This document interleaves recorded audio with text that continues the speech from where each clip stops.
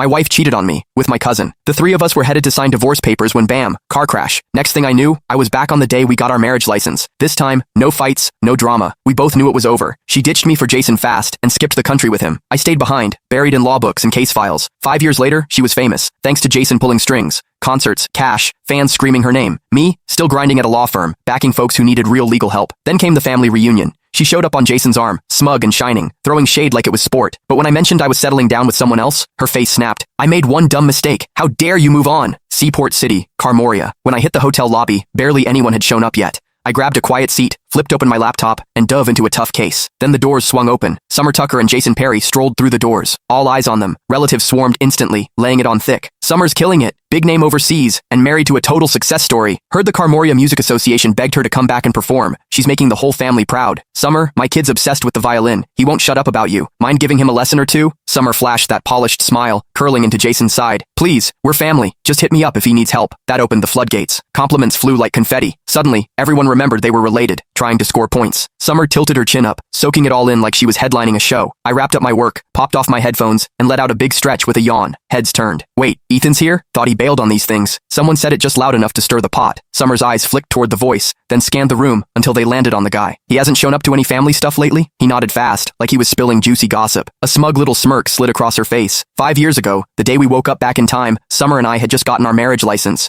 We were on our way to see our parents. Out of nowhere, she ditched me in front of everyone, ran straight into Jason's arms, and told him she loved him. Then she looked me dead in the eye and asked for a divorce. Said Jason was the one she really wanted. The whole family saw it go down. Most of them were here again today. Ethan's at Berevia Law, right? Dude's always buried in work. Never shows up to these things. Bet he's here for Summer. Maybe he still wants her back. That mess back then? Total humiliation. Summer's a star now, and Jason's her agent. Total power couple. Ethan trying to crawl back? Pathetic. The whispers kept going. Summer leaned into Jason, all smug. That's ancient history, she said, voice sweet. Jason's the one I really love. Silence. They looked so picture perfect. No one wanted to dig up the past. I barely glanced their way before flagging down a waiter. One coffee, no drama. I just wanted my parents to show up, say whatever they had to, and let me bounce. Jason didn't love that I was chilling. He strolled over, fake grin locked in place, voice dripping with sarcasm. Ethan, wow, didn't recognize you. You look beat. That job of yours eating you alive? Heads turned. Cue the peanut gallery. They jumped in like I was still 12. Ethan, you really should have picked a better job. Lawyers work nonstop and don't even make that much. Pushing 30 and still single? Embarrassing. No wonder you skip these get-togethers. Total disappointment. I locked eyes with Jason, then finally took a real look at him and Summer. Her hair was styled to perfection, wrapped in a plush cashmere coat, decked out in designer everything. She was practically sparkling with money. Jason had on a tailored suit, wedding ring shining. The way he carried himself, he looked like he stepped off the cover of a billionaire romance. No surprise people thought they were perfect. They nailed the look. I rubbed my temples and took a step back. Jason, you done? If so, back off. Your cheap cologne's killing my head. Jason's smile cracked. But before he could snap back, Summer cut in. Ethan Exeter, seriously? Jason's just being polite. Why the attitude? I clenched my jaw, annoyance rising fast, but I kept it cool. For now, no attitude. I've been grinding all day. I'm exhausted, and I'm not here to stroll down memory lane. Just need a little space, alright? Her expression twisted. Summer wasn't used to being brushed off. She thought her life was some dream I should be jealous of. To her, I was supposed to be bitter and longing, not standing here like I couldn't care less. Jason picked up on her mood fast and slid right in.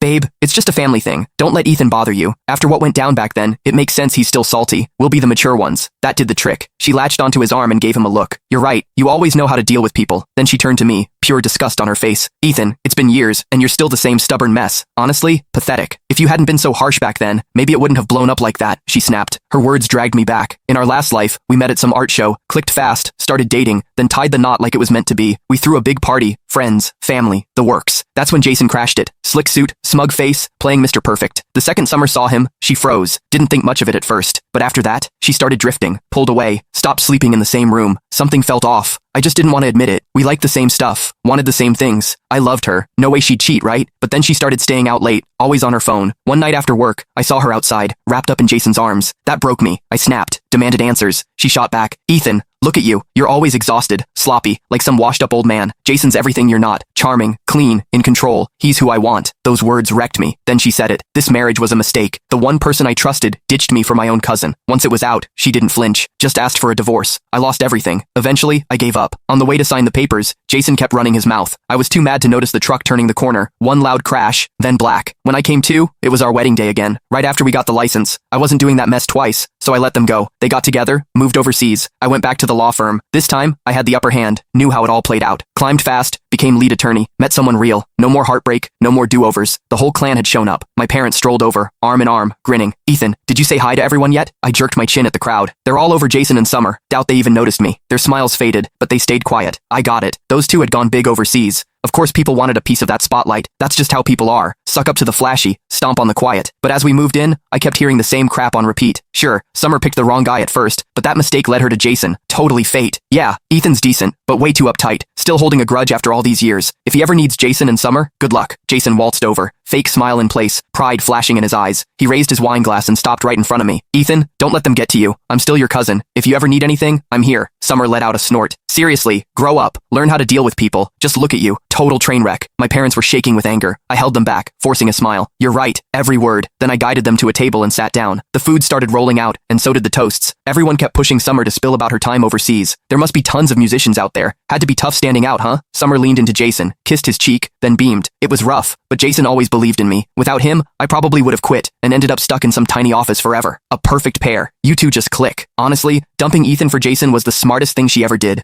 Total glow up. They took turns hyping her up while throwing shade my way. To them, I was just the guy she ditched to level up. Mom's eyes went red with fury. She leaned over and muttered, "She's just playing some violin. What's she even bragging about?" I gave her a calm look. Everything's gonna be fine when Lydia shows. Just saying her name made my chest feel lighter. Right now, though, everyone was huddled around Summer, acting like this party wasn't even my parents' idea in the first place. We kept our heads down and waited. It wasn't until a server politely mentioned all the dishes were out that anyone even looked our way. Summer glanced around the hotel, taking in the downtown vibe, gallery paintings on the walls, crystal chandeliers, and fancy guests scattered around like a magazine shoot. She turned to me, smirking. "Wait, you booked this place? Does your salary even cover a single drink here? What is this? Sketchy money from your law firm? Trying to flex or something?" I didn't say a word, just walked off to settle the bill. On the way, Lydia called, said she might be late and told me to keep things smooth with the relatives. We talked for a bit, then I headed back. Right as I reached the door, Summer stepped in front of me. She gave me a once-over, eyes dripping with judgment, then dropped a fat wad of cash at my feet. "Stop pretending you've got money. Here, use this. Don't say I never helped you." I pushed it back. "Keep it. I'm good. And this money, save it," she snapped. "You think I don't know what you make? I told you after the divorce. Quit that dead-end job. It's hard, it's thankless, and the pay sucks. What's the point?" I didn't say a word, just walked into the private room. 2 steps in, ran straight into Jason. "Ethan, let's get this straight. Stop hanging around Summer. She's my wife now. Don't think I don't see through this little dinner stunt. If your life's a mess, that's your problem. Quit using family as an excuse to creep into ours. Cut the crap. You're only making us hate you more." I raised a brow. No point arguing. Noted. After Summer and Jason left, the spotlight finally swung to my family. Uncle Tony jumped in first. "Kelly, Brian, this wasn't some big event. Why host a family dinner out of nowhere?" My parents shared a grin, then grabbed my hand. "Actually, we've got some good news. Thought we'd celebrate with everyone." I was just about to spill it when the door flew open. Jason stormed in, fuming. "Ethan, did you smash Summer's violin?